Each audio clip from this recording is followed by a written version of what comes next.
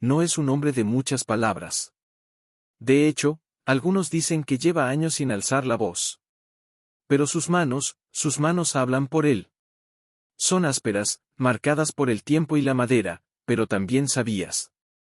Cada astilla que talla, cada clavo que clava, parece obedecer a un ritmo secreto que solo él entiende. Es carpintero, sí, pero más que eso es un guardián de los silencios del bosque, un lector de nubes, un oyente del latido de la tierra. Cada mañana, antes de que el sol besara las cumbres, Elías sale de su cabaña con una taza de té humeante entre las palmas.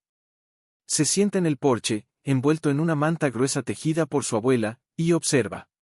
Observa cómo el rocío se congela en las hojas, cómo las aves cambian su canto según la estación, cómo el aire, aunque aún suave, ya huele distinto, más denso, más alerta. Otra vez mirando al cielo como si te fuera a contestar, pregunta Martín, el panadero del pueblo, mientras pasa con su carreta cargada de hogazas recién horneadas.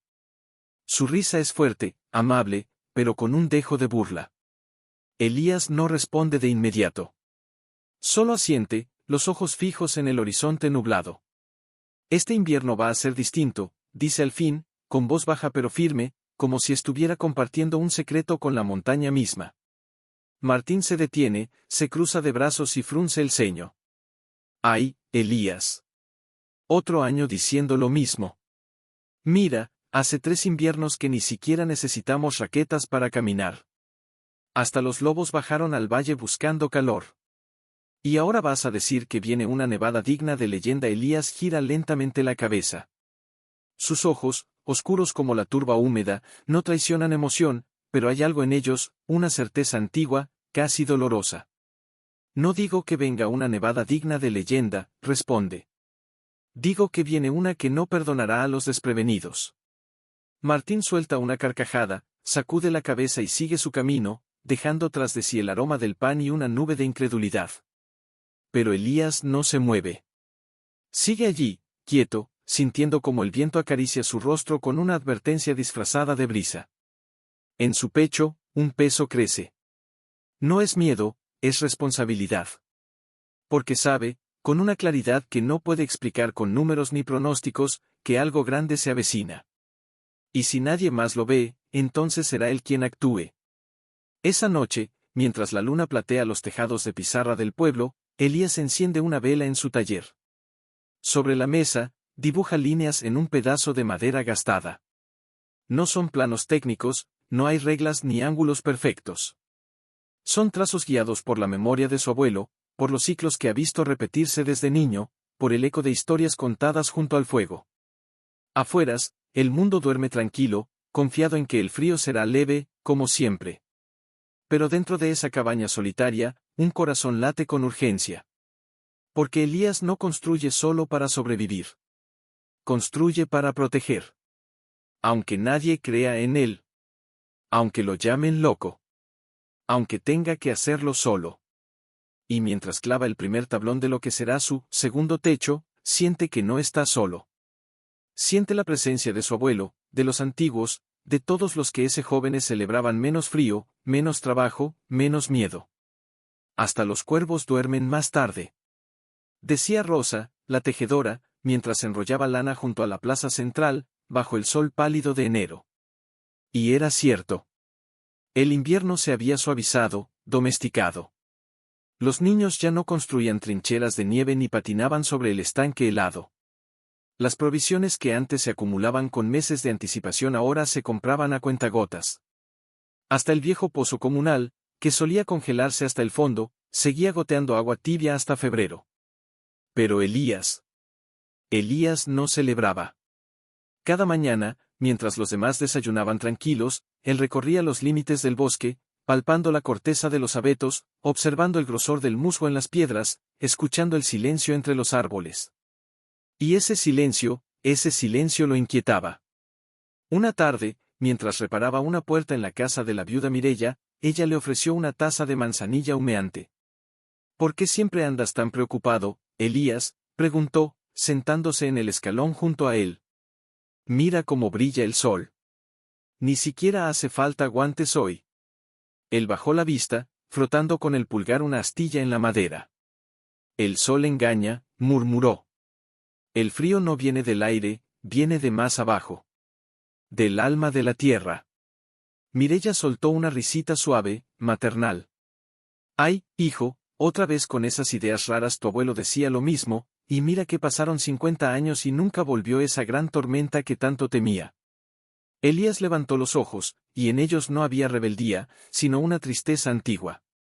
No es miedo lo que siento, Mireya. Es memoria. La tierra no olvida. Solo espera. Ella lo miró un momento más, y algo en su tono la hizo callar. No insistió. Pero tampoco creyó. En la taberna del pueblo, las conversaciones eran otras. Allí, entre risas y vasos de vino caliente, los hombres hablaban de sembrar más temprano, de ampliar los establos, de bajar los precios del carbón. Este año ni siquiera encendí la estufa del desván. Gritó Tomás, el herrero, golpeando la mesa con su jarra. Y dicen que Elías quiere poner un techo encima del techo. ¿Para qué? Para que los copos de nieve tengan donde sentarse a tomar el té. Las carcajadas resonaron como truenos falsos. Nadie notó que Lucia, la hermana menor de Elías, estaba en un rincón, con las mejillas ardiendo de vergüenza ajena, y de dolor propio. Más tarde, al caer la noche, Lucia fue a verlo. Lo encontró en el claro tras su cabaña, arrodillado junto a un montón de vigas recién cortadas. ¿Otra vez con eso?, preguntó, cruzándose de brazos, con voz más dura de lo que quería. ¿Sabes lo que dicen de ti en el pueblo? Que estás perdiendo la cabeza. Que vives en el pasado. Elías no se levantó. Solo alzó la mirada, cansado pero sereno. Prefiero que piensen eso a que les caiga el techo encima cuando el cielo decida recordarnos quién manda. ¿Pero no hay señales?, insistió Lucia, con los ojos brillantes. Nadie ve lo que tú ves. Y si estás equivocado, y si gastas todo tu tiempo, tu dinero, tu energía, por nada. Él se puso de pie lentamente, se acercó a ella y le tomó las manos. Estaban frías, como siempre. Escúchame, hermanita, dijo, con una ternura que la hizo contener el aliento. No hago esto por orgullo. Ni por miedo. Lo hago porque cuando era niño, vi cómo el techo de la casa de los Sánchez se derrumbó bajo una nevada que todos dijeron imposible. Vi a don Anselmo salir arrastrándose con su hija en brazos, y a su mujer, atrapada debajo. No murió, pero nunca volvió a caminar bien. Y todo porque nadie quiso creer que el cielo podía enfadarse. Lucia bajó la cabeza. Recordaba aquella historia. La había oído 1000 veces, pero nunca como ahora, con la voz de Elías temblando apenas, como si reviviera cada segundo. Yo no puedo cambiar lo que pasó, continuó él. Pero sí puedo evitar que vuelva a pasar. Aunque sea solo en esta cabaña. Aunque sea solo para ti. Ella lo miró entonces, realmente lo miró, sus ojeras, sus manos agrietadas, la determinación callada que llevaba años cargando como una cruz invisible. Y por primera vez, no vio a un soñador. Vio a un hombre que amaba demasiado para quedarse callado. Está bien, susurró, con la voz quebrada. Entonces, ¿qué necesitas? Elías sonrió. Una sonrisa pequeña, casi imperceptible, pero llena de luz. Solo un poco de ayuda, y un poco de fe. ¿Estás seguro de que va a sostenerse así?, preguntó, acercándose con pasos lentos, como si temiera romper el hechizo de aquel momento. Él no respondió de inmediato. Ajustó la viga con un mazo de madera, golpe tras golpe preciso, cada impacto resonando como un latido en el silencio del bosque. No es cuestión de que sostenga, dijo al fin, sin mirarla. Es cuestión de que ceda. El peso de la nieve no se detiene, se redirige. Este techo no pelea contra ella. La deja pasar. La guía. Como un río que fluye alrededor de una piedra. Lucia parpadeó, sorprendida. Nunca lo había oído hablar así, con palabras que parecían salidas de un libro antiguo, llenas de sabiduría callada. ¿Y quién te enseñó eso? Elías dejó el mazo sobre el suelo y se enderezó, frotándose la espalda con un gesto cansado. Mi abuelo me mostró los planos que guardaba en una caja de cedro. Dijo que los hizo después de la gran nevada de 47. Nadie los usó. Ni siquiera su propio hijo. Pero yo, yo los copié de memoria cuando tenía 12 años. Porque vi cómo sus manos temblaban al doblarlos. No era miedo, era pena. Pena por saber que nadie escucharía. Un nudo se formó en la garganta de Lucia. Miró hacia el cielo, donde unas nubes grises comenzaban a deslizarse como sombras sigilosas. Entonces, esto es más que un techo, él asintió, y por primera vez en días, sus ojos encontraron los de ella con una calma profunda. Es una promesa. A él. A los que vendrán. A ti. Durante las siguientes semanas, trabajaron juntos. Al alba, antes de que el sol tocara las cumbres, ya estaban midiendo, cerrando, clavando. Lucia aprendió a distinguir la madera seca de la verde, a calcular ángulos con solo mirar, a sentir cuando un clavo estaba bien hundido. Y, sobre todo, aprendió a escuchar. No solo a Elías, sino al viento, al crujido de las ramas, al silencio que crecía entre los días. Pero el pueblo no permaneció ajeno. Una tarde, mientras instalaban una viga transversal, oyeron risas desde el sendero. Martín el panadero venía acompañado de Tomás el herrero y 2 jóvenes del valle. Miren. El arquitecto del cielo sigue construyendo su palacio de invierno. Gritó Tomás, con las manos en las caderas. Martín se acercó, fingiendo admiración. ¿Y ahora qué? ¿Vas a ponerle cortinas a la nieve, o una campanilla para avisarte cuando llegue Elías? No se detuvo. Siguió ajustando la viga, como si las palabras fueran hojas secas arrastradas por el viento. Pero Lucia sí se volvió. Sus mejillas ardían, pero su voz salió firme. ¿Y ustedes qué harán cuando el techo de sus casas se derrumbe bajo 3 metros de nieve? Reírse desde debajo de los escombros. Hubo un silencio incómodo. Los jóvenes intercambiaron miradas. Tomás carraspeó. Va, exageras. Hace años que no cae ni medio metro. Exacto, dijo Elías, sin alzar la voz. Por eso nadie está preparado. Martín frunció el ceño, incómodo. No por la respuesta, sino por algo en la mirada de Elías. No había rencor, ni orgullo. Solo una tristeza tan profunda que dolía mirarla. Escucha, Elías, comenzó, más suave.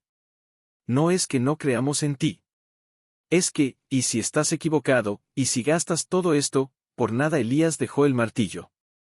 Se limpió las manos en su delantal y caminó hasta el borde del porche. Señaló el bosque, donde los árboles más viejos se inclinaban ligeramente hacia el este. ¿Ves esos pinos? Tienen más de 100 años. Cada anillo en su tronco cuenta una historia. Y en uno de ellos, hay una marca oscura, gruesa, torcida. Es de 1947. La nevada que enterró media aldea. Mi abuelo me enseñó a leerla. No como madera, como advertencia. Hizo una pausa. El viento sopló más fuerte, trayendo un olor metálico, como antes de una tormenta. Yo no sé si vendrá este año. Pero sé que vendrá. Y cuando lo haga, no quiero que mi hermana esté bajo un techo que no cree en los milagros, ni en los desastres. Nadie supo qué responder. Incluso Tomás bajó la vista, avergonzado. Se fueron en silencio, pero esta vez no hubo risas. Esa noche, mientras cenaban sopa de cebada junto al fuego, Lucia rompió el silencio. ¿Crees que vendrá pronto? Elías miró las llamas, como si buscaran una respuesta en su danza. El aire ha cambiado. Ya no huele a pino, huele a hielo. Y los cuervos han dejado de cantar al atardecer. Se van antes. Siempre lo hacen. Lucia apretó su taza entre las manos, sintiendo el calor subir por sus brazos, pero un frío distinto en el pecho. Entonces, tenemos poco tiempo. Sí, susurró él. Muy poco. Y en ese instante, ambos supieron que ya no se trataba solo de un techo. Era una tejiendo un escudo invisible contra lo que vendría. Pero mientras en la cabaña crecía la esperanza, en el pueblo crecía el murmullo.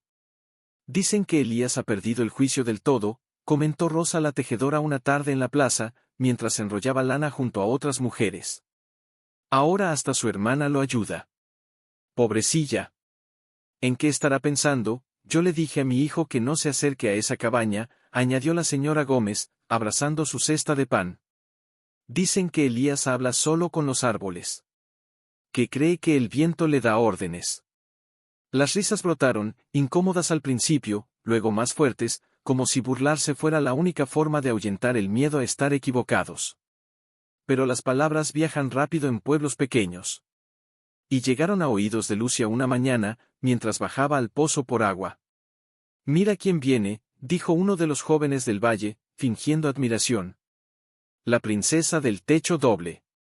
¿Vienes a avisarnos que ya podemos empezar a rezar?» Lucia apretó la cuerda del cubo con tanta fuerza que sus nudillos palidecieron.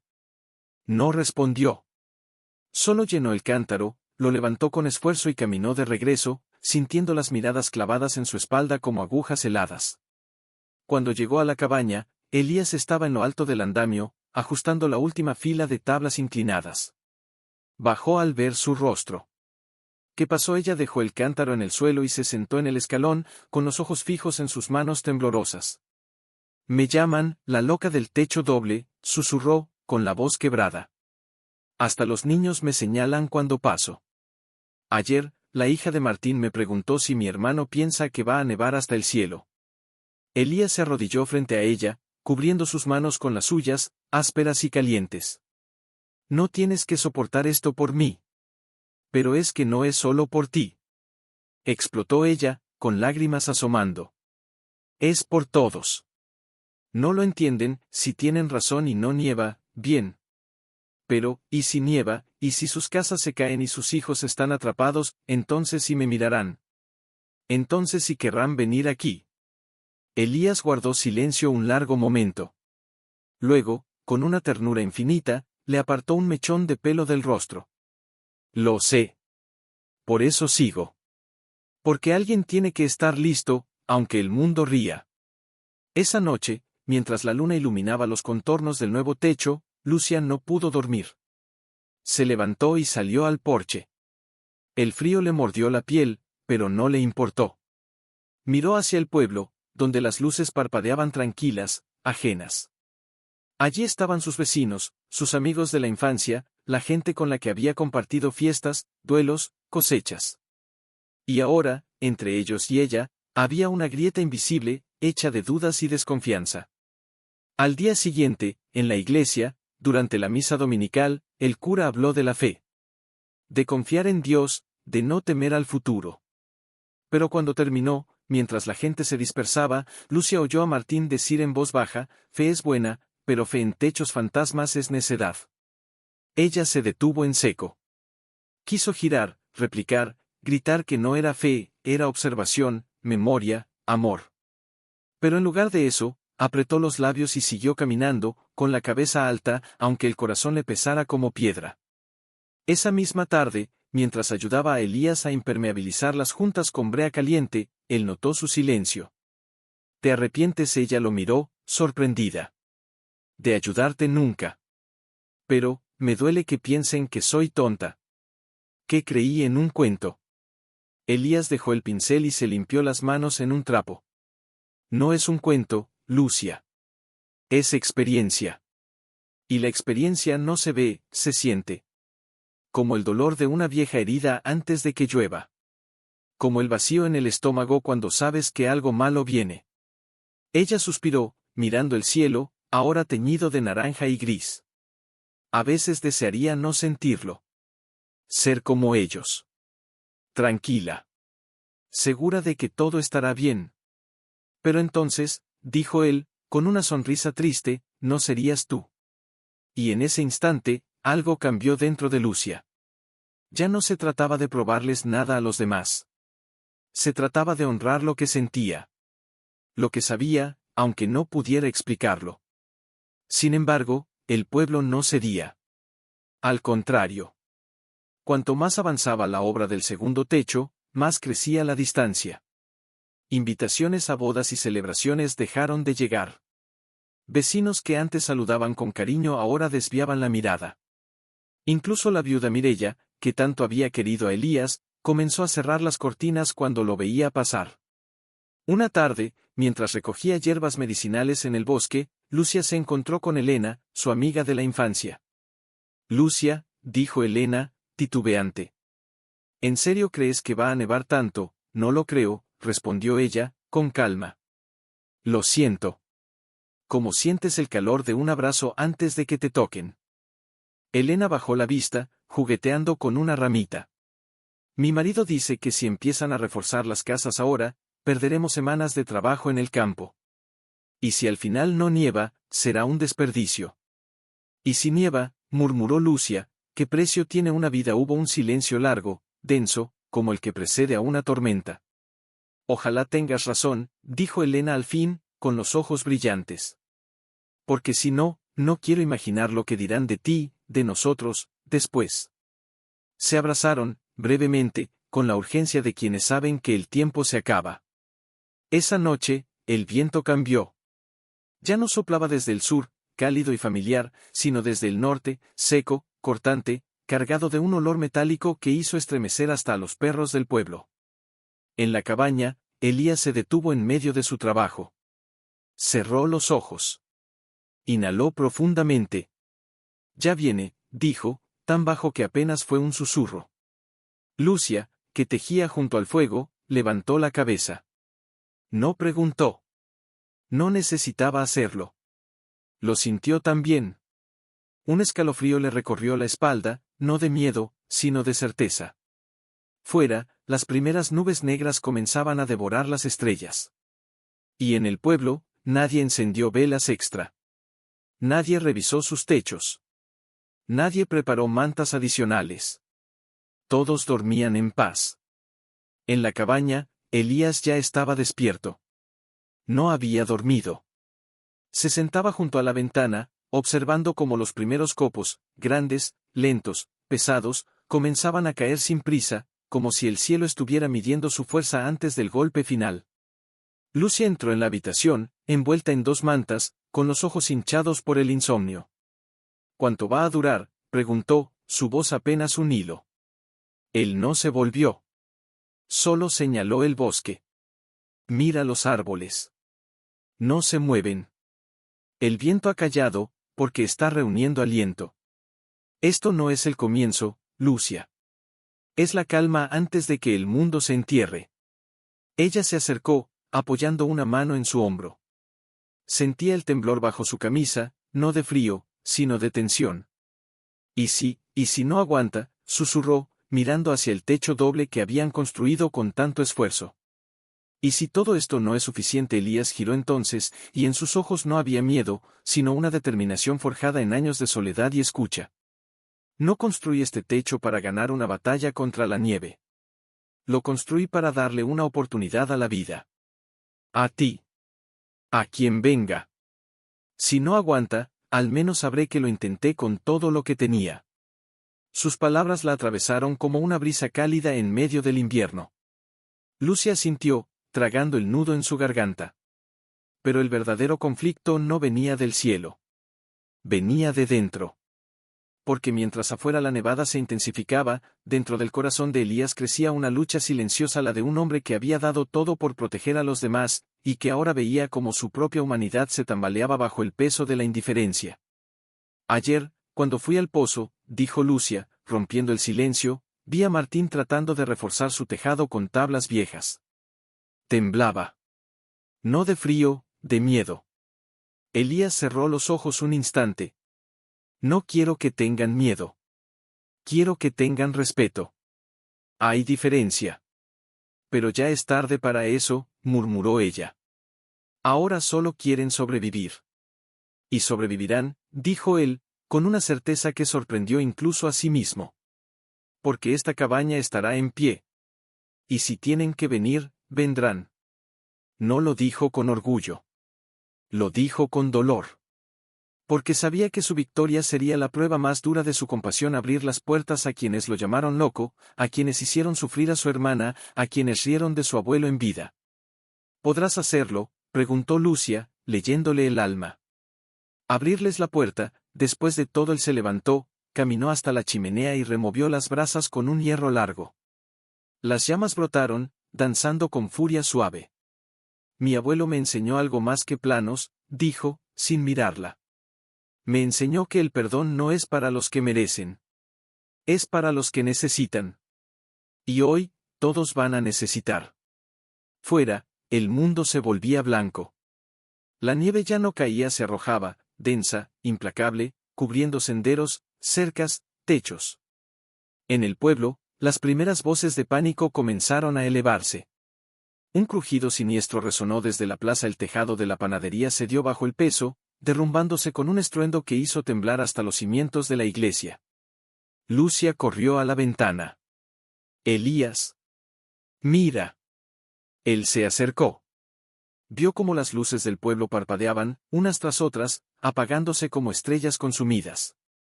Gritos distantes, amortiguados por la nieve, flotaban en el aire. Van a venir, dijo ella, con voz temblorosa. Y no traerán disculpas. Traerán desesperación. Entonces, respondió él, encendiendo más velas, preparando mantas, llenando ollas con agua, los recibiremos con calma. Porque en medio del caos, a veces lo único que salva no es el fuego, sino la quietud de quien no juzga. Se miraron. Y en ese instante, comprendieron que el verdadero conflicto nunca había sido la nevada. Había sido la fe. La de Elías en lo que nadie veía. La de Lucia en su hermano, cuando el mundo entero dudaba. Y la de toda una aldea, que pronto tendría que enfrentar el precio de su incredulidad. Afueras, la tormenta rugía. 307 AM. Mientras la nevada arreciaba con furia creciente, envolviendo Valcerrado en un silencio blanco y opresivo, Elías se movía por la cabaña con una calma que parecía imposible. Apilaba leña junto a la chimenea, revisaba las reservas de agua, aseguraba las ventanas con listones gruesos. Pero en su mente, no era el presente lo que lo guiaba, era el pasado. De pronto, se detuvo frente al baúl de madera bajo su cama. Lo abrió con cuidado, como si temiera despertar algo dormido. Allí, envuelto en un paño de lana tejido por su madre, estaba el viejo diario de su abuelo, cuero gastado, páginas amarillentas, manchadas por el tiempo y la humedad. Lo tomó con ambas manos, como si sostuviera un corazón aún latiendo. Lucia lo observaba desde la puerta, con una manta sobre los hombros. ¿Por qué ahora?, preguntó, su voz apenas audible sobre el rugido del viento. Elías no respondió de inmediato. Se sentó en el suelo, junto al fuego, y abrió el diario por una página marcada con una cinta de hilo rojo. Cuando yo tenía 8 años, dijo, sin mirarla, mi abuelo me llevó al bosque después de una tormenta. Había caído un pino enorme, arrancado de raíz. Yo lloré, pensando que el bosque había perdido a uno de sus gigantes. Pero él me dijo, no, hijo.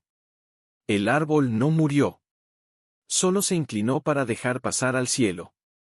Hizo una pausa. Sus dedos acariciaron una ilustración en la página, un dibujo tosco de una cabaña con 2 techos, idéntica a la que ahora los protegía. Esa misma semana, me mostró este diario.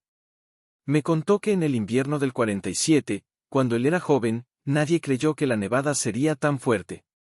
Demasiado frío para tanta nieve, decían. Pero vino. Y vino con rabia. 3 casas se derrumbaron. 2 personas murieron atrapadas. Él mismo estuvo a punto de perder a su hermana menor, porque el techo cayó mientras dormía. La voz de Elías se quebró, apenas un instante, pero suficiente para que Lucia sintiera el peso de aquella herida antigua. Desde entonces, juró que nunca más permitiría que la soberbia de los hombres lo cegara ante la humildad de la naturaleza. Pasó años estudiando, observando, dibujando.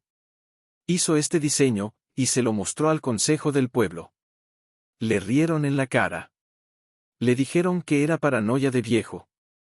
Que los tiempos habían cambiado. Cerró los ojos, como si reviviera el momento.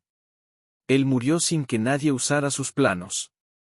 Pero antes de irse, me tomó de la mano y me dijo, algún día, el cielo volverá a recordarles quién es el dueño de las